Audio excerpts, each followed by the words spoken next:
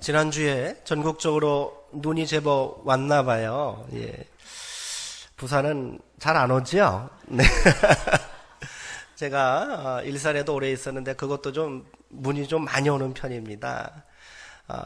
그리고 작년에 있었던 장수, 거기는 전국적으로 눈이 많이 오는 산동네거든요. 같은 눈이었는데 그때 큰 차이를 제가 느낀 게 있는데요. 도시에서, 일산이라는 도시에서도 눈이 많이 오지만 눈이 오면 내릴 때만 좋아요. 그렇죠. 내리고 나면 매연이나 또 여러 가지 오염으로 인해서 하얀 눈이 금방 시커매지고 여기저기 또 제설 작업을 통해서 굉장히 질척거리고 그렇게 기분 좋지 않습니다. 근데 장수에 갔더니 눈이 한번 내리고 한 일주일 동안 하얀 거예요. 야, 온 동네가 하얗고 그렇게 좋더라고요. 그래서 그런 추억을 담아서 제가 주보 표지에 설경을 딱 넣었는데 어떠십니까? 이거랑 좀 우리가 만족하시고, 거기에 제가 좋아하는 시를 한 편 실었습니다. 좀 작아서 잘 안 보이시죠? 제가 한번 읽어드릴게요. 겨울사랑이라는 제목의 시입니다. 겨울사랑. 사랑하는 사람아, 우리에게 겨울이 없다면 무엇으로 따뜻한 포옹이 가능하겠느냐? 무엇으로 우리 서로 깊어질 수 있겠느냐? 이 추운 떨림이 없다면 꽃은 무엇으로 피어나고 무슨 기운으로 향기를 낼 수 있겠느냐? 나 언 눈 뜨고 그대를 기다릴 수 있겠느냐? 눈보라치는 겨울밤이 없다면 추워 떠는 자의 시린 마음을 무엇으로 헤아리고 내 온몸을 녹이는 몇 평의 따뜻한 방을 고마워하고 자기를 벗어버린 희망 하나 커 나갈 수 있겠느냐? 겨울이 온다. 추운 겨울이 온다. 떨리는 겨울 사랑이 온다. 아멘이죠? 네. 박문혜 씨가 물론 기독교인은 아닙니다만 굉장한 영성운동가입니다. 예전에는 노동운동을 통해서 옥고를 치르고 가신 분인데 그 모든 것을 마치고 나오신 이후에는 세계 오지와 분쟁 지역을 다니면서 평화 네트워크 운동을 하시고 특별히 영성운동을 하셔요. 그래서 제가 신대원에 있을 때 저희 신학교에 와서도 특별 강연을 한번 한 적이 있는데 한편으로는 또 목회자가 되겠다고 영성훈련을 하고 공부하는 우리보다 훨씬 기쁘나 왜 그런 생각을 했냐면 현장에서 배우는 영성이기 때문이다 하는 생각이 들었어요. 그래서 그 시가 참 큰 울림이 있습니다. 우리도 이 시린 계절에 겨울 사랑 함께 나누기를 소망합니다. 네, 그래요. 자, 오늘은 주가 쓰시겠다 하라는 제목으로 은혜 함께 나누기를 원합니다. 오늘 본문은 예수님의 공생의 마지막 대미를 장식할 예루살렘 입성에 관한 그런 내용입니다. 3년여의 공생의 기간 대부분을 갈릴리를 중심으로 해서 사마리아와 유대 변방에서만 활동하셨던 예수님께서 드디어 중앙무대에 데뷔하는 역사적이고 감격적인 순간이 아닐 수 없습니다. 그동안 제자들은 오직 이 순간만이 오기를 기다리며 그 고난과 그 힘든 삶을 버텨왔는지도 모릅니다. 제자들은 예수님을 진심으로 메시아라고 믿었습니다. 제자들은 예수님이 이 모진 고난의 역사를 끝낼 화려한 이스라엘의 재건자로 다윗의 영광을 재현할 고대하던 해방자요 위대한 왕이 될 것을 믿어 의심하지 않았습니다. 그러나 예수님은 제자들과 다른 길을 준비하고 계셨다는 겁니다. 예수님은 아버지 하나님의 뜻이 어디에 있고 또 무엇을 원하고 계시는지를 잘 알고 있었기 때문입니다. 그는 분명 메시아적 사명을 가지고 이 땅에 오셨지만 그가 높임을 받을 곳은 왕궁의 화려한 보좌가 아니라 십자가임을 잘 알고 계셨습니다. 그가 세상의 악한 권세를 굴복시키는 승리의 싸움이 처절하고 무기력한 죽음을 통해서 이루어질 것을 알고 계셨어요. 오랫동안 예수님과 동고동락했던 제자들, 모름지기 제자라면 그 깊은 뜻을 다 깨달을 수 없다 할지라도 스승의 신념과 사상을 이해하고 동의하려고 노력해야 할진데, 제자들은 예수님이 십자가에서 죽으실 때까지 그 위대한 신념과 믿음을 공유하지 못합니다. 안타까운 일입니다. 제자들은 예루살렘으로 향하는 긴 여정 동안 예수님의 입을 통해 내가 왜 예루살렘에 가야 하는지, 그리고 그곳에서 어떤 일이 일어날 것인지를 분명하게 들었습니다. 그러나 듣기는 들어도 듣지 못하고 보기는 보아도 보지 못하는 영적인 장애인들처럼 제자들은 계속해서 세속적 욕망과 성공에 대한 야심에 불타서 예수님의 말씀을 귀담아 듣지 못합니다. 방금 전 예루살렘에 올라가면 대제사장들과 서기관들이 나를 결박하고 죽이기로 결의할 것이며 이방인의 손에 넘겨줄 것이다. 그들이 나를 능욕하고 침뱉으며 채찍질하고 죽일 것이다. 이 말을 듣고도 제자들 중에 가장 사랑받던 자들 중 하나인 야고보와 요한 형제는 다른 제자들의 눈을 피해서 은밀하게 예수님을 찾아와 청탁을 합니다. 예수님은 예루살렘에 올라가서 분명히 내가 어떤 일을 감당해야 되고 어떤 사명 가운데 있는지를 말씀하셨는데 피를 토하는 심정으로 두려움 가운데서 죽음에 대하여 내가 죽을 것이다 말씀하시는데, 이 한심스러운 제자들은 뭐라고 한지를 아십니까? 선생님, 주께서 예루살렘에 입성하시어 영광스러운 권세를 차지하신 이후에 우리를 하나는 우편에 하나는 좌편에 앉혀주십시오. 다른 제자들보다 우리가 더 예수님을 사랑하고 더 예수님께 충성했으니 우리를 가장 높은 자리에 세워달라는 말 아닙니까? 이들의 무지가 참으로 참담하고 안타깝기 그지없습니다. 다른 제자들은 어떨까요? 마찬가지입니다.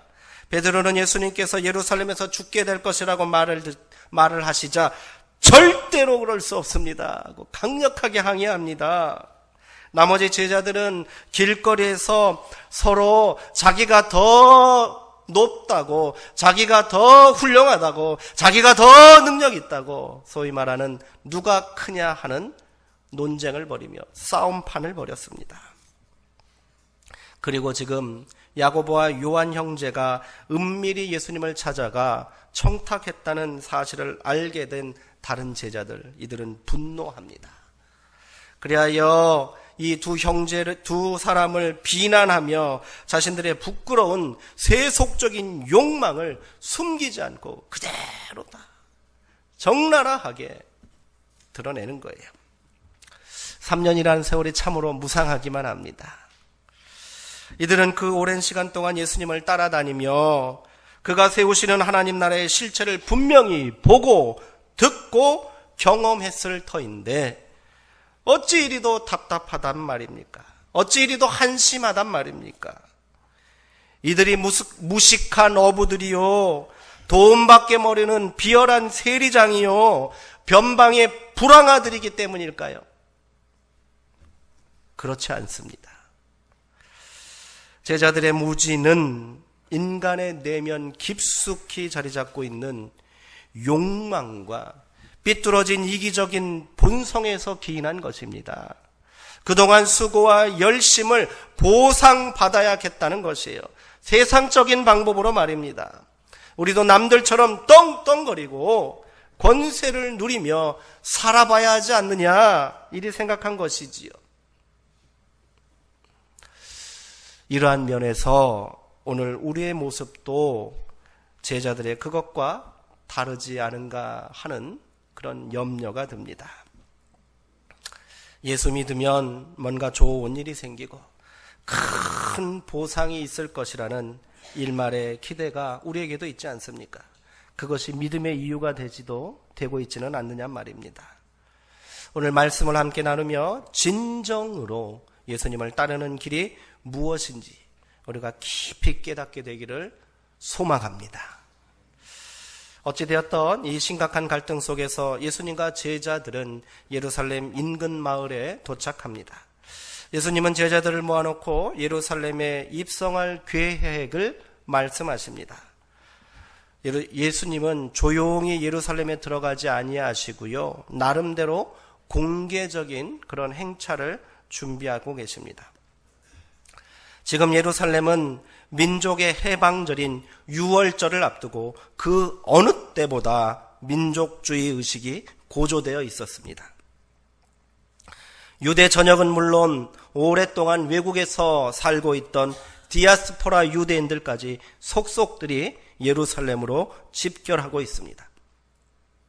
예루살렘에서 100km나 떨어진 가이사랴에 관절을 두고 있었던 로마의 총독까지 예루살렘에 와 있는 상황이에요. 로마의 총독은 가이사랴에 머물고 있는 거예요. 그곳에서 예루살렘, 갈릴리, 사마리아 또 그 근동 지역을 통치하고 치안을 담당하던 사람입니다. 그가 지금 작은 도시 예루살렘에 와 있다는 겁니다. 보통 총독이 이동하면 군단 단위의 대규모 병력이 함께 움직이기에 예루살렘은 숨쉬기조차 조심스러운 긴장감이 맴돌고 있습니다. 최강 로마의 군대와 죽음을 불사하는 유대 민족주의가 팽팽하게 대결하고 있는 형국입니다. 사소한 행동 하나, 작은 모임 하나, 양쪽 모두에게 감시의 대상이 되는 아주 위험한 시국이란 말입니다. 사리 분별이 되는 사람이라면 그저 숨죽이고 남들 눈에 띄지 않게 조심스럽게 행동하는 게 옳지 않겠습니까? 예수님은 누구보다도 조심해야 될 인물 아닙니까? 이미 예루살렘의 종교 지도자들은 예수님이 예루살렘에 입성하신다는 사실을 알고 있었고 그를 경계하고 감시하고 있었기 때문입니다. 그런데 예수님은 제자들과 함께 공개적인 입성 퍼레이드를 준비하고 계십니다. 제자들이 어땠을까요? 제자들도 바짝 긴장하고 무슨 명령을 내리실지 조바심이 납니다. 갈릴리의 위대한 예언자여, 기적의 사나이가 예루살렘에 입성했다는 사실을 어떻게 예수님께서 효과적으로 알리시려 하시나 내심 기대가 되었을 거예요. 이야, 과연 예수님이구나. 그냥 들어가실 분이 아니지. 뭔가 보여주고 들어가셔야지. 이런 생각들을 했단 말이지요. 예수님은 제자들 중 2명을 부르시고 그들에게 비밀스러운 임무를 맡기십니다. 무슨 첩보작전 같아요. 기대감에 부풀어 흥분되는 순간입니다. 예수님은 2 제자에게 이렇게 말씀하셨습니다. 맞은편 마을로 가라. 그리로 들어가면 아직 아무도 타보지 않은 나귀 새끼가 매여 있는 것을 볼 것이다. 너희는 그것을 풀어 끌고 오너라. 만일 누가 너희에게 왜 함부로 남의 나귀에 손을 대느냐 묻거든 주가 쓰시겠다 하라 말하라. 그리하면 즉시 그것을 내어줄 것이다. 제자들은 예수님이 무슨 생각을 하고 계신지 도통 알 수가 없습니다. 나귀 새끼를 무엇에 쓰시려 하시는 것인지, 주인 있는 나귀를 그냥 무작정 풀어오라시니 무슨 영문인지 모를 일입니다. 그러나 예수님께서 무슨 특별한 계획이 있겠거니 하는 마음으로 두 사람은 길을 떠납니다.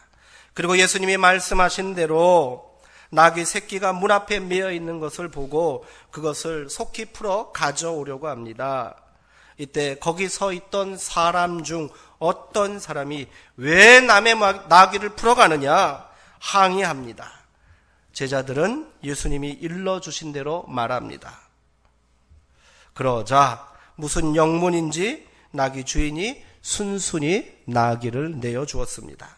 바짝 긴장하고 일을 처리했을 제자들은 그제야 안도의 한숨을 내쉬었겠지요. 그러나 예수님의 이 보잘것없는 나귀 새끼를 데려다가 무엇을 하시려는지 여전히 모를 일입니다.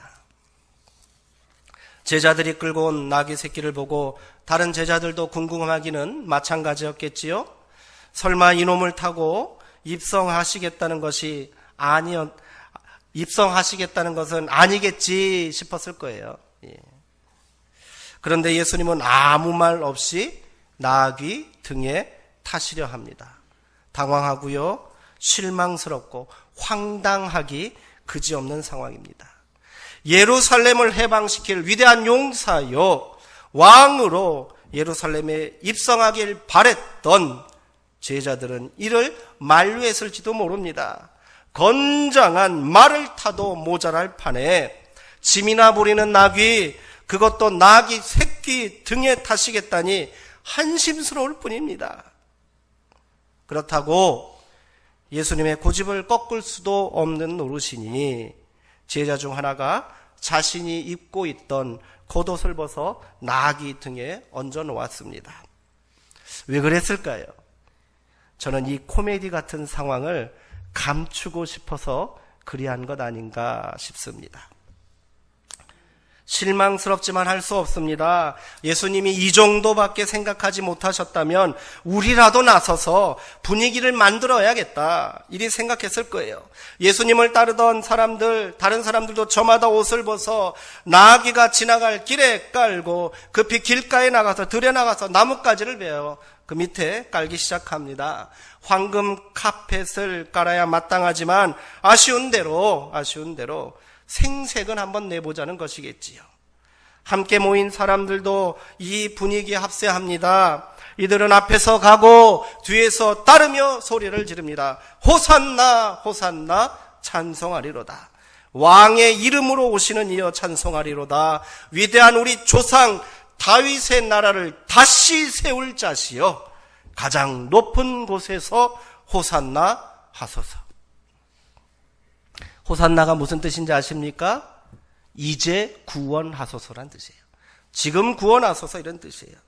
예수님을 따르는 사람들은 예루살렘에 모인 사람들에게 지금 입성하실 분이 얼마나 위대한 분이고 얼마나 큰 일을 행하실 분이신지, 이스라엘을 구원할 해방자임을 온몸으로 알리려 합니다.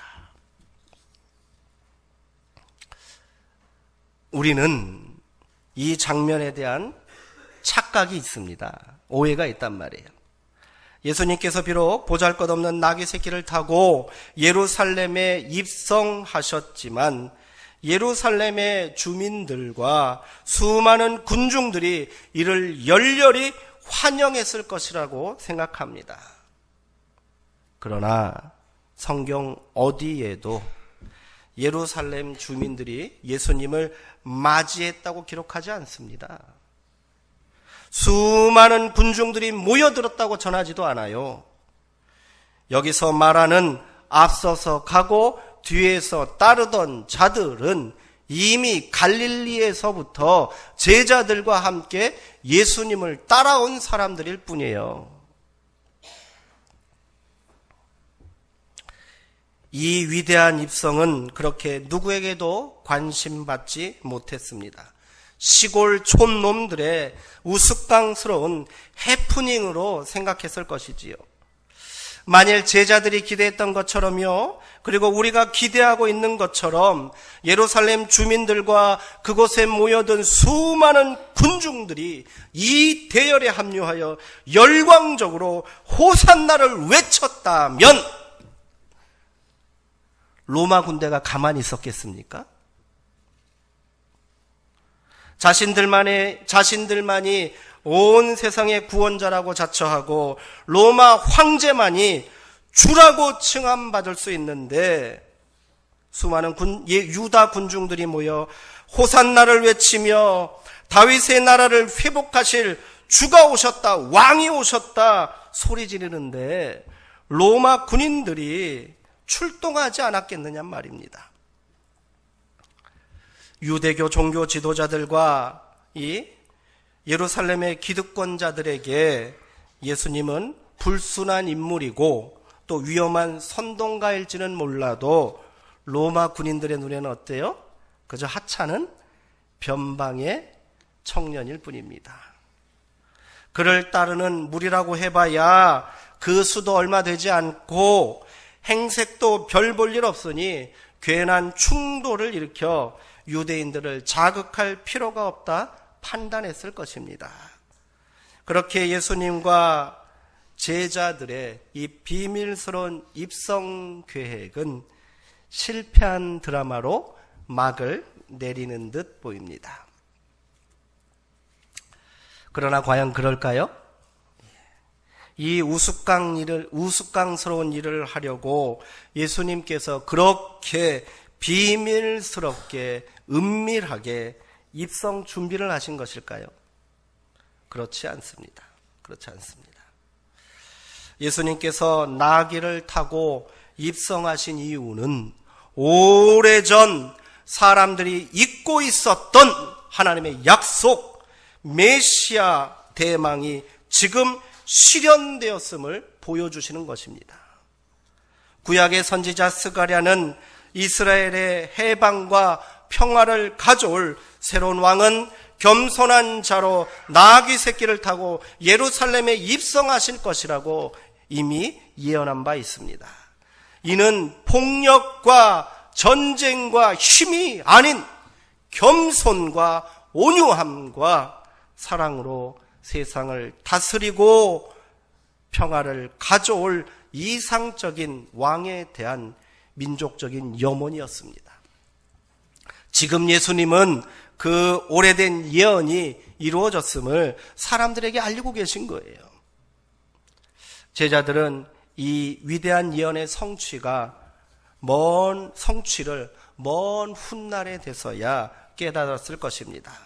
이 보잘것없는 입성이 위대한 왕의 입성이고 온 세상을 구원할 하나님의 아들이 세상에 비로소 그 모습을 드러내심이었음을 깨닫게 되었을 것입니다. 여기서 우리는 몇 가지 중요한 사실을 마음에 새기기를 원합니다.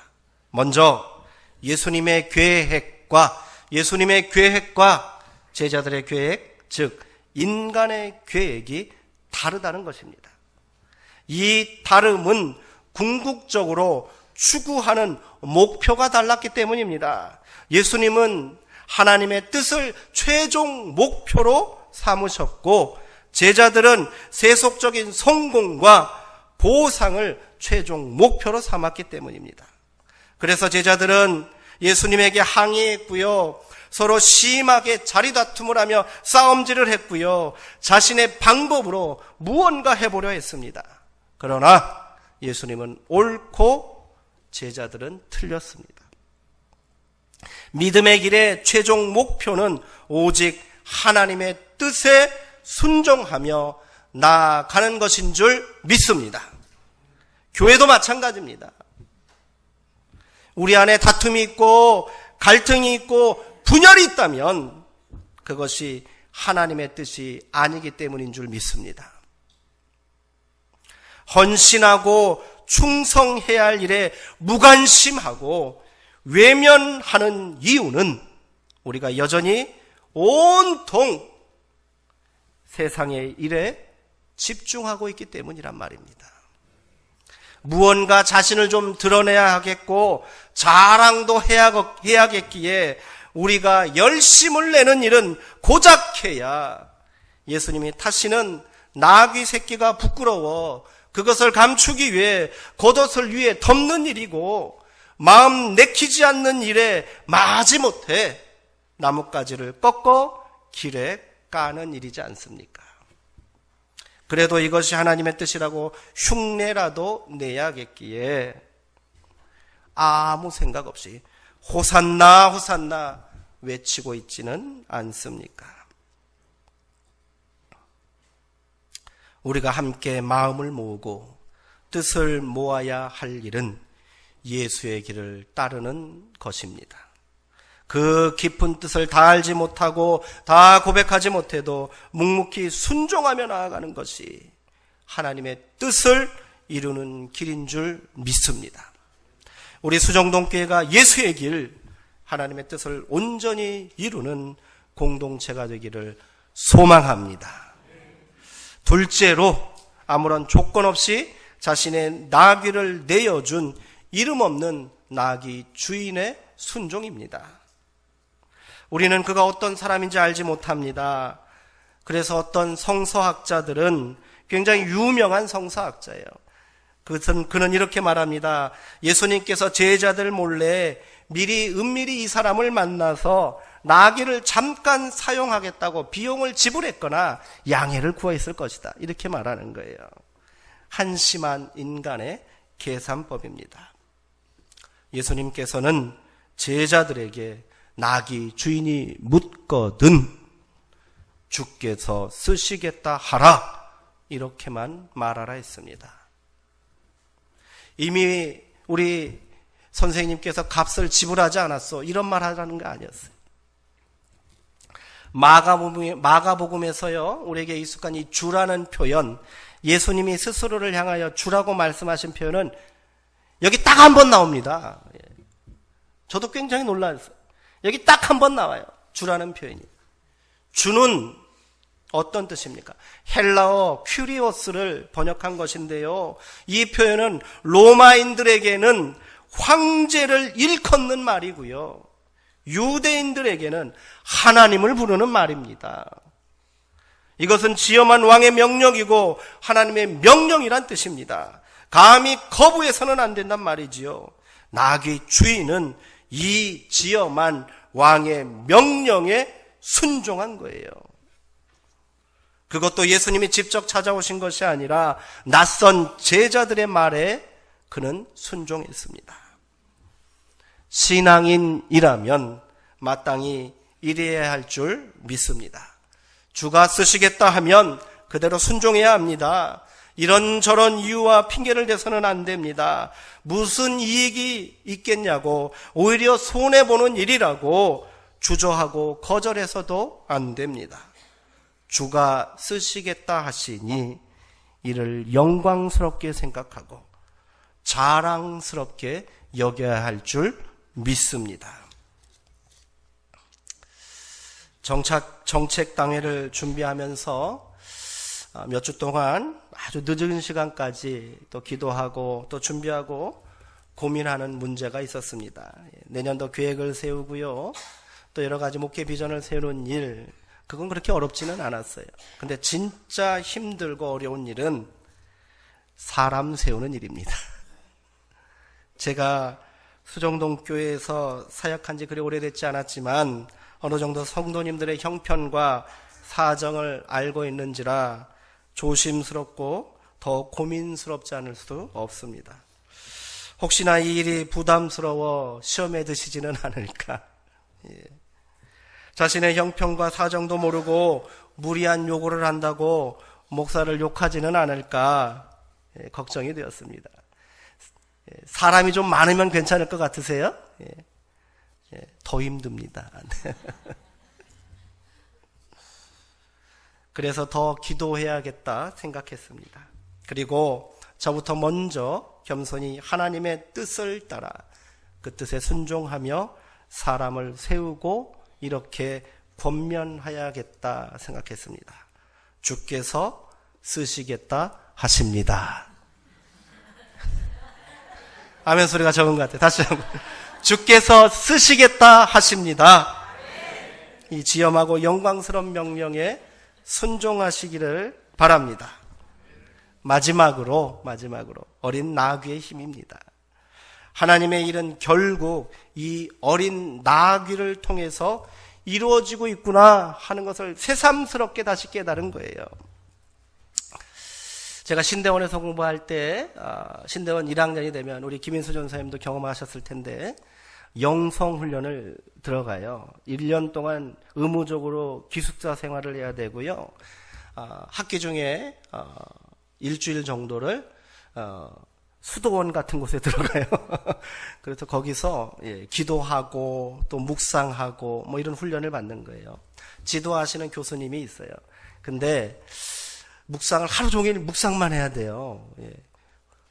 다 혼자 방이 하나씩 있어요. 이 산 속에 방 하나씩 있는데 거기 들어가서 저는 좀 겨울에 들어갔었는데 정말 적막하기 그지없습니다. 말하면 또 안 돼요. 침묵 기도를 실천하는 거예요. 그때 기도를 도움을 주시기 위해서 교수님들이 계속 상담을 하는데 저에게 주신 본문이 이 본문이었어요. 그러면서 저에게 하신 말씀이 전도사님은 이제 나귀 새끼입니다. 나귀 새끼가 돼서 말씀을 깊이 묵상하시고 그 묵상하신 바 주님께서 말씀하시는 바를 들으시고 내일 말씀해 주세요. 이렇게 하는 거예요. 이런 훈련들을 계속 했어요. 그런 생각이 또 새삼스럽게 들었습니다. 하나님 나라의 일을 감당하는 데 있어서 우리에게는 경험도 필요하고요. 지혜도 자라나야 하겠고 힘도 길러져야 할 것입니다. 그런 면에서 나귀 새끼는 부적절합니다. 사람들도 더 많이 모여야 하고 그 모인 사람들의 생각과 믿음이 하나가 되어 더 큰 일을 하겠다는 열정에 찬 믿음이 있어야 할 것입니다. 그러나 여전히 되풀어 돌아봐야 하는 모습은 오로지 순결한 마음으로 하나님의 뜻을 지고 가려는 어린 나귀의 아름다움인 것입니다. 제 아무리 많은 경험과 제 아무리 기가 막힌 지혜와 제 아무리 대단한 통찰력이 있다 한들 정작 요구되는 필요한 바는 아무런 사심 없이 주께서 쓰시겠다 하실 때 등을 내어 드리는 순결한 마음인 줄 믿습니다. 하나님 나라의 꿈과 약속과 희망을 믿고 서툴고 힘이 약해도 때론 두려움과 염려가 되어도 처음 먹었던 마음 그대로 하늘의 뜻을 지고 가려는 자세만이 진정 우리를 변화시키고 교회를 새롭게 하고 세상을 변화시키는 힘이 되는 줄 믿습니다. 이것이 하늘을 이고 가는 이의 축복입니다. 이것이 우리들이 누릴 힘의 정체입니다. 이것이 세상의 고난을 이겨낼 능력입니다. 이 힘을 잃어버리면 우리는 아무것도 아니에요. 믿음은 바로 이 힘이 승리한다는 것에 대한 신뢰입니다. 나귀 새끼가 부끄럽고 그것으로 뭐 하겠냐 생각하니까 자꾸 말이 되려 하는 거예요. 교회도 더 커야 하고 사람들도 더 모여야 하고 눈 딱 감고 세습도 해야 되겠는 거예요. 믿음의 성장은요, 내 자신이 나귀 새끼임을 고백하면서 시작되는 줄 기억하시기 바랍니다. 이는 세상이 믿고 따르는 강자의 논리가 사실은 모두를 실패와 절망의 파국으로 몰고 간다는 것을 한 점의 주저함도 없이 분명하게 깨닫는 일입니다. 하여 예수의 선택이 우리 자신의 선택이 되는 일이 바로 기독교 신앙 안에서 믿음의 본질인 것과 이를 고백하는 교회가 바로 공동체가 바로 교회임을 우리는 몸으로 인식해야 합니다. 그것이 이 세상에서 강하다고 머리를 높이는 자들의 어리석음과 오만함을 꺾는 하나님의 방식이고, 고난과 역경을 통과하면서 단련되는 신앙 공동체의 힘인 것입니다. 비록 겉보기에는 여리고 가냘퍼 보이는 듯해도 바로 이 믿음을 보시고 우리를 택하시는 하나님의 뜻에 순종하시기 바랍니다. 나는 더 배워야 되겠고, 나는 이런저런 사정이 있고 이런저런 일 때문에 못하겠습니다. 거절하지 마시기 바랍니다. 이 순종 가운데 하나님의 능력이 함께 하시는 줄 믿으시기 바랍니다. 우리 교회는 그 하나님의 모습을 세상에 증언하는 현장이 되어야 할 줄 믿습니다. 약한 것이 강한 것을 이기고, 사랑이 세상의 권력을 이기고, 마침내 나눔과 섬김과 희생이 진실로 사람을 변화시키고 생명을 구원하는 놀라운 힘임을 우리가 온몸으로 증거하게 되기를 소망합니다. 앞으로 우리 수정동교회 모든 구성원들이 예수님께서 쓰시겠다 하면 기꺼이 등을 내어 드리는 나귀 새끼가 되기를 소망합니다. 제가 기도하고 또 사람을 세울 거예요. 그리고 미리 안 알리겠습니다. 같이 기도하시죠. 12월 셋째 주 토요일에 제 이름으로 목회 서신이 나갈 거예요. 그러면 거기에 딱 한 문장 적겠습니다. 주께서 쓰시겠다 하라. 순종하시고 귀한 동역의 역사를 함께 일어나가기를 소망합니다. 제가 항존직 세워야 하고 이런저런 사정으로 이 사람은 안 되고 이 사람은 안 되고 했더니 별로 없더라고요. 다 하셔야 될 줄 압니다. 서로 협력하고 동역하는 우리의 공동체가 아름다운 나귀 새끼의 행렬되기를 주의 이름으로 축원합니다. 기도하겠습니다.